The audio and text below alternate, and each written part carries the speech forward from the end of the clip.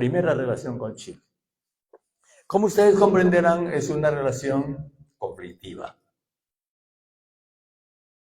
Ribagüero, José de la Ribagüero, el nieto, este brillante historiador que fue el nieto de José de la Ribagüero, el mariscal, lo dice en su primera tesis sobre las letras peruanas, ¿no? Él dice, no hubo independencia, nos invadieron y nos derrotaron.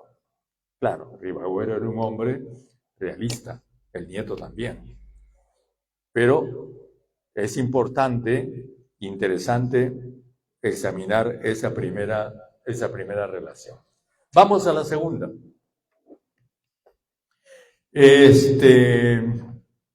Pasan los años, ya Chile es independiente, Perú es independiente, y hay un movimiento obvio, lógico, diría yo, para que en realidad dentro de estas tendencias a la concentración y a la unión, que eran muy comunes en esa época, lo habían sido desde la Junta de Buenos Aires, porque el general Belgrano postuló una unión sudamericana, provincias unidas no de Buenos Aires, sino de Sudamérica, es decir, independizar, pero convertirnos en un solo país, ¿no? Y eso es postulado también desde Colombia por Bolívar. Hay también una propuesta de los colombianos, hagamos una gran confederación, la Gran Colombia con el Perú, ¿no? y una gran confederación. Hay corrientes unionistas, y una de estas corrientes unionistas se produce diciendo, hagamos un solo país, Perú y Bolivia, la Confederación Perú-Boliviana, cosa que era absolutamente lógica, dada la corriente normal, la continuidad histórica y cultural que había entre los quechuas, los aymaras y los aymaras del altiplano peruano y del altiplano de la provincia en esa época de Charcas, que ya se había convertido en Bolivia, ¿no? Entonces, efectivamente se produce este movimiento y el líder de ese movimiento es el único general de la época que tiene una visión estratégica de todos los demás, que es el general Santa Cruz. Porque les puedo jurar que ni Gamarra, ni Lamar, ni toda esta gente que podían ser meritorios militares, porque habían luchado la mayor parte de ellos en Ayacucho, y no se puede negar su heroísmo en esa época, pero políticamente eran nulos. No tenían la menor idea ni de lo que estaba pasando en el mundo, ni de lo que había que hacer. Eran segundones, gente que simplemente quería quedarse con lo suyo y que querían convertir Sudamérica, como desgraciadamente la convirtieron, en una sucesión de pequeñas provincias llamadas países, es decir, paisitos, provincitas, ¿no?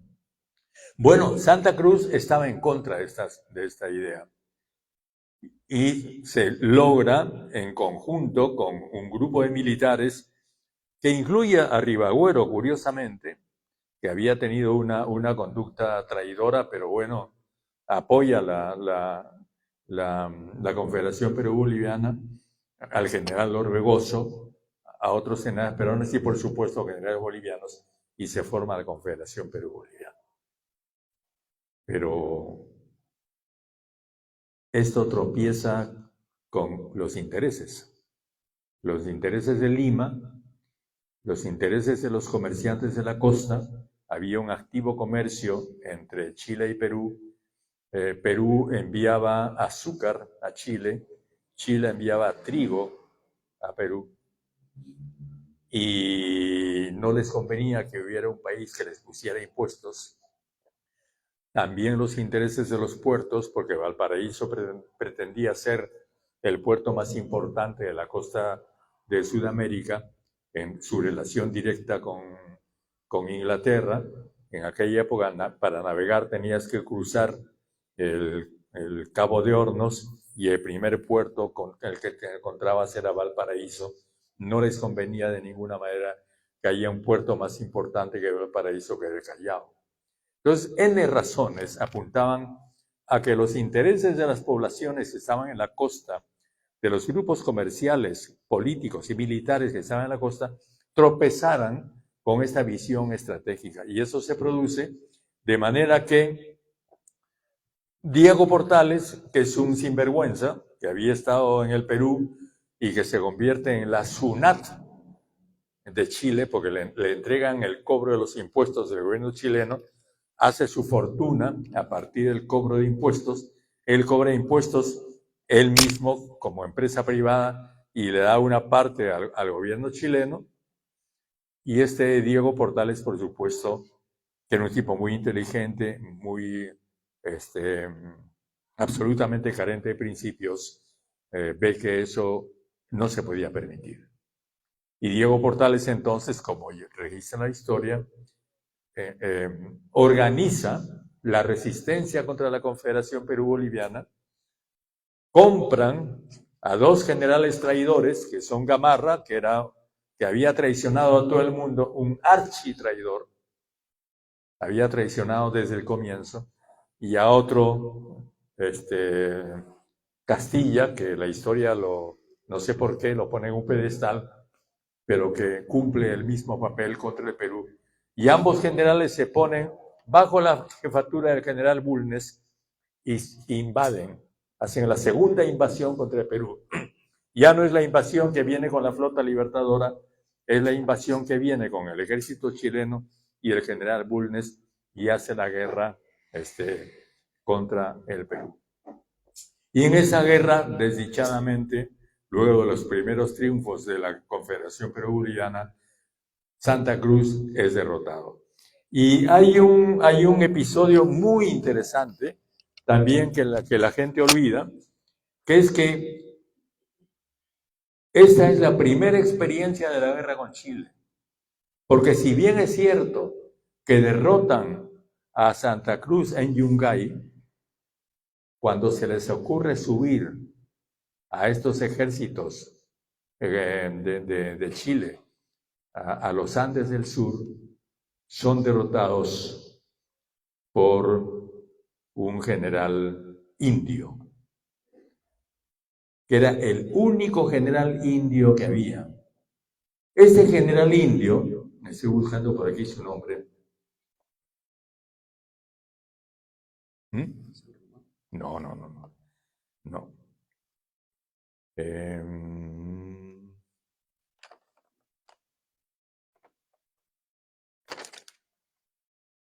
Bueno, ya lo voy a encontrar. Antonio Huachaca. El general Antonio Huachaca. Miren ustedes, compañeras y compañeros, el único general indio que ha tenido el Perú durante el virreinato se llama Antonio Huachaca. Permítame retornar unos cuantos años. Cuando se promulga la Constitución de Cádiz, 1814, que es repuesta en 1820, la Constitución de Cádiz, dada en España por la Revolución Liberal, anula la Inquisición, prohíbe la mita, prohíbe el trabajo forzado, prohíbe el tributo indígena. Y entonces los indígenas decían, ¿y por qué vamos nosotros a aliarnos con estos extranjeros? Si los españoles ya nos han dado lo que nosotros queríamos. Porque además el virreinato español había tradicionalmente, como sabemos, reconocido a los curacas y caciques indígenas, cosa que la República no estaba dispuesta a hacer. Y optan entonces muchos indígenas, especialmente los indígenas de Ayacucho y especialmente los indígenas de Iquicha, por el rey, y combaten por el rey, hasta el último. Bueno, son derrotados con las tropas virreinales. Entonces hay una lucha entre indios, entre los indios libres montoneros organizados por Arenales y Monteagudo, ¿no? Y los indios realistas que combaten bajo las órdenes de la Serna, reconocidos como combatientes e incluso como generales, como en el caso de Antonio Huachaca. Pues este Antonio Huachaca, que queda después de producida la batalla de Ayacucho, en Iquicha, combate contra los chilenos, contra las tropas de Portales, y los derrota. Entonces, la única derrota que puede exhibir el Perú, ¿no?, en la guerra contra Chile por parte de la Confederación Perú-Boliviana es la derrota que consigue y que logra un general indio. Por supuesto, Antonio Huachaca no es reconocido por la República, ni por la Confederación, ni después por la Constitución de 1839 con Gamarra, y desaparece de la historia. Pero nunca fue vencido. Él mantuvo su generalato y su organización militar. Ese es un detalle muy importante.